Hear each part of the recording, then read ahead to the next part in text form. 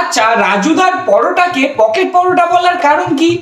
Pocket পরোটা বলার একটাই উদ্দেশ্য, এটা পুরো সব পরোটা অনেক জায়গায় খেয়েছেন, অনেকেই বিক্রি করেছে, কিন্তু এইভাবে কেউ পারবে না, এই যে ভাঁজ করতেই করতে। ও, ভাঁজ করতে পারে না বলেই মনে হয় ফুড ব্লগাররা তোমার কাছে যায় না। অন্য দোকানে গিয়ে তো কুট কাচারি করে তাদের ভাঁটের কাজগুলো শেখাতে হবে, আর পরেই তো ওদের আসবে ভিউজ, আর দোকানদারের পাল্লায় পড়ে উঠবে তোমার ভিউজ। একদম তোমার পকেট আছে, আমার পকেট নেই, সেখানেই ঢুকে যাবে। বললো পকেট নেই, তারপরেও সেখানে কি করে ঢুকবে? যেখানে সেখানে ঢোকালে তো গন্ধ বেরোবে পচে গিয়ে। এই কারণে এই খাবার ফ্রিজে ঢোকাতে হয়। কাকা এটা কি আছে কাকা? মরুভূমি থেকে উট পাখি উড়ে এসে তোমার হাতে হেগে দিয়েছে গান্ডু, তার থেকেই পরোটা নিয়ে তাকেই জিজ্ঞাসা করছে এটা কি। কি বলবো, এদের খাওয়ার জ্বালায় কি সাধারণ মানুষ কিছু করে খেতে পারবে না? খেতে গেলে তো শুধু খাবে না, রিভিউ করবে, আর সেটা এমন ভাবে করবে সেটারও রিভিউ করতে হবে। আর আমাকে কত সহ্য করতে হবে বলো তো? আবার সেটার জন্য হয় দোকানদারের অহংকার বাড়বে, না হয় ক্ষতি। তার জন্য আবার এরা নিজেরা গর্ববোধ করে। এরকম তেল ছাড়া আন্ডারগ্রাউন্ড পাউডার আছে। পাউডার সবজি আছে, আলু আছে, সয়াবিন আছে, বড়ি আছে, নারকেল আছে, বাদাম আছে, আর বিভিন্ন ধরনের ডাল আছে। সাথে আছে তোমার প্রেস্টিজও। আরে প্রেসার কুকার নয়, তোমার মান সম্মান। বলেন কি? মানে একটা জায়গায় জঙ্গল হতে শুরু করলে সেই জায়গাটার নামের সাথে অ্যাড হয়ে যায়। এবার সেই জায়গায় সার্ভাইভও করতে হবে, হয় জঙ্গল সাফ করো, না হয় প্রথম থেকেই হতে দিও না। সাফ করতে গেলে ডোজ হিসাবে সেরকম কিছু বলে বিদায় করলে হয়ে যাবে তুমি অহংকারী। এর থেকে নিজের পছন্দ হিসাবে কাজ বসাও, ছাপড়ি ব্লগারদের পাত্তা না দিয়ে। বিশ্বাস তো আমার সেদিনই উঠেছিল যেদিন বসতে দেখেছিলাম মর্টিনের ওপর মুসা। আপনি ব্লগারদের প্রিয় কাজই হলো ক্যামেরার মাইক নিয়ে এরোর পিছনে ঘষা। এই পর্যন্ত ঠিক ছিল যদি না যেত বাড়িতে। পাড়ার কাকিমা তো তাই উঁকি মারতে হবে এরোর হাঁড়িতে। বন্ধুরা, আগের ভিডিওতেই বলেছিলাম কয়েকজনকে বাটা হবে যারা নিজেদের স্কিল দিয়ে দেখিয়ে দিয়েছে মানুষ চোখ থাকতে কেন হয় অন্ধ। কেননা কিছু ছাপড়ি ব্লগার ছাপড়িদেরও নাম বদনাম করতে থাকে। তাহলে আর বেশি না বকে ভাট ভিডিও করা যাক, স্টার্ট। কি বন্ধুগণ, সব ভালো তো? নমস্কার, আমি তোমাদের টক্সিক চ্যানেলে চলে এসেছি নতুন আরেকটা ভিডিও নিয়ে। তো আজকের ভিডিও শুরু করা যাক, তার আগে কান টুকুস করে হেডফোনটা দিয়ে নাও।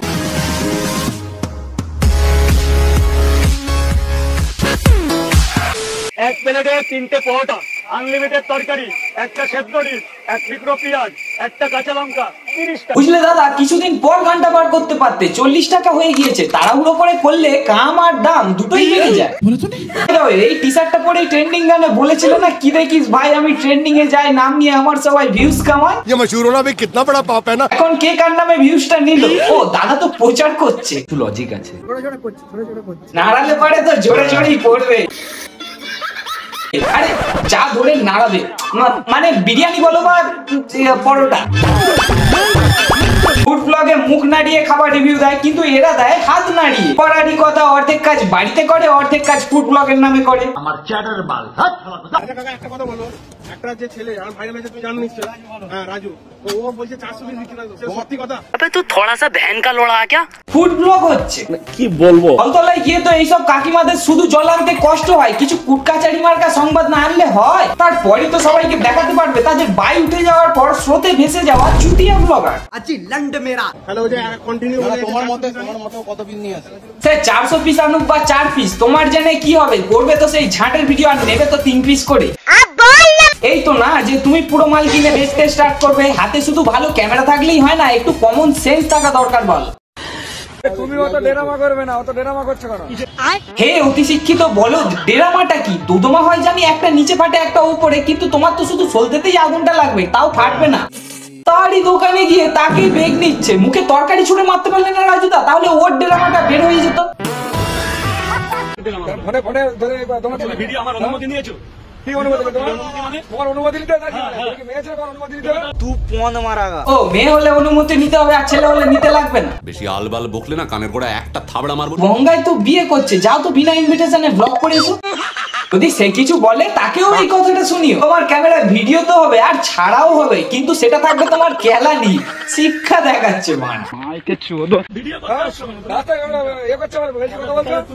একটা মানুষ ঠান্ডা মাথায় খেটে খাবে, তাও কিছু চুটিয়া দোষের দল গিয়ে আলবাল বকবে, আর দোকানদার রেগে গেলেই দোষ। অ্যাকচুয়ালি এদের না পাওয়ার ফ্রাস্ট্রেশনটা স্পষ্ট ভাবে বোঝা যায়। মানে দোকানদারের ভাও, হ্যাঁ চুটিয়া ব্লগার তুমি যেটা ভাবছো সেটাও। কি লেভেলের হারামি থাকলে এরকম কাজ করে? শীতে সর্দি কাশি হয়ে ডক্টরের কাছে যাবে কোথায় তা না ওরা।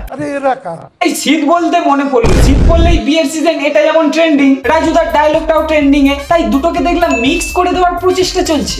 তিনটে পরোটা, আনলিমিটেড তরকারি, সঙ্গে এক টুকরো পেঁয়াজ, একটা কাঁচা লঙ্কা।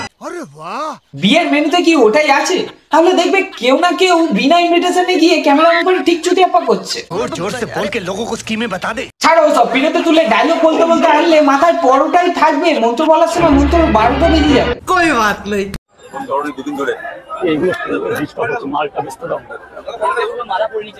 সে বলছে তাকে বেচতে দাও, তবু রস দেখো মাইক গুঁজে দিতে যাচ্ছে।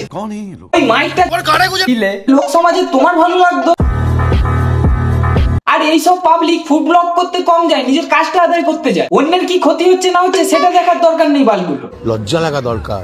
প্লিজ দাদা, আমি তোমার দুটো পা ধরছি দাদা, আমাকে একটু বেচা কেনাটা করতে দাও দাদা। বয়স হয়ে গিয়েও যখন মাথায় বুদ্ধি আসে না, তখন পা ধরেও লাভ হবে না, সৎভাবে তাড়াতে হবে ওদের। হয় খাবার দিতে গিয়ে গায়ে তরকারি ফেলে দাও, না হলে লেবু লঙ্কার মালা নিয়ে যাবে, ওটা গায়ে ছুড়ে দেবে, নে পালা কত দূর পালাবি।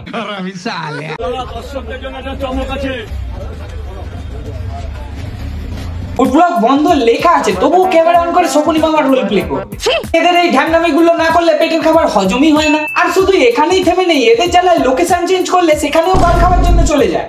এই সকাল সকাল দোকান করলাম, কিন্তু আমার জায়গাটা চেঞ্জ করতে বাধ্য হয়েছি। জায়গাও চেঞ্জ করেছে, লেখাটাও আছে, শুধু কটা অতি শিক্ষিত মাল সেই জিনিসগুলো করা বন্ধ করবে। তাহলে এদের জন্যই মনে হয় মানুষ আদিম যুগেই ভালো ছিল। সঠিক বলেছেন। অন্তত সেই সময় পড়াশোনাটা না থাকলেও নিজেদের মধ্যে নিয়ম শৃঙ্খলাটা বজায় রাখতো। আর এদেরকে যতই গাল দেবে ততই কম পড়বে। দেখায় এমন কর্ম, পাপ করে এদের ধর্ম। लेकिन तू कर भी क्या सकता है यार। দেখুন, সোশ্যাল মিডিয়াতে আমি এখন এসেছি, আমি আমার ব্যবসার জায়গাটা ঠিক রাখতে চেয়েছি। ভালো জিনিস না নিজেরা করবে না কাউকে করতে দেবে, তার জন্য তো উঠে পড়ে লাগে। যদি কেউ কোনো ব্লগাররা আমার ব্যবসার জায়গায় এসে কিছু কন্টেন্ট নিতে চাও, আমার ব্যবসার জায়গায় এসো, অযথা আমার বাড়িতে যেও না। অ্যাকচুয়ালি নিজেদের বাড়িতে পার্সোনাল টাইম কাটানোর জন্য পার্সোনাল মানুষ পার্সোনাল ভাবে তো দেয় না, মানে টাইম। তাই অন্যের পার্সোনাল জায়গায় গিয়ে তাদের পার্সোনাল টাইম এরকম ভাবে নিজেদের পার্সোনাল কাজ দিয়ে বরবাদ করে। 14 বছর পরে আমি 400 থেকে 500 পরোটা বেচছি, 14 বছর টাইম লাগলো। এই 14 বছরে কি আননোন কোন চুতিয়া তোমার বাড়িতে গিয়ে কি এরকম ভিডিও বানিয়েছে? অবশ্য টাইমের সাথে উপদ্রব বাড়ছে, এই আর কি। ট্রেন্ড হোক বা ট্রেন্ড, যেখানে সেখানে পোঙা নাড়াবে কখন ভাবতে থাকে এর ব্রেন। কেননা নাড়ালে পোঙা জমবে লোক, তাই দেখে তো করবে সবাই উপভোগ। শোন না, একটা কথা বলি, এখন তো প্রচুর বিয়ে হচ্ছে, যে কোনো একটা বিয়ে বাড়িতে গিয়ে বরের সামনে এই গানটাই রিলস বানাস, বুঝলি? ও বাবা, তুই তো সেটাও করে দিবি।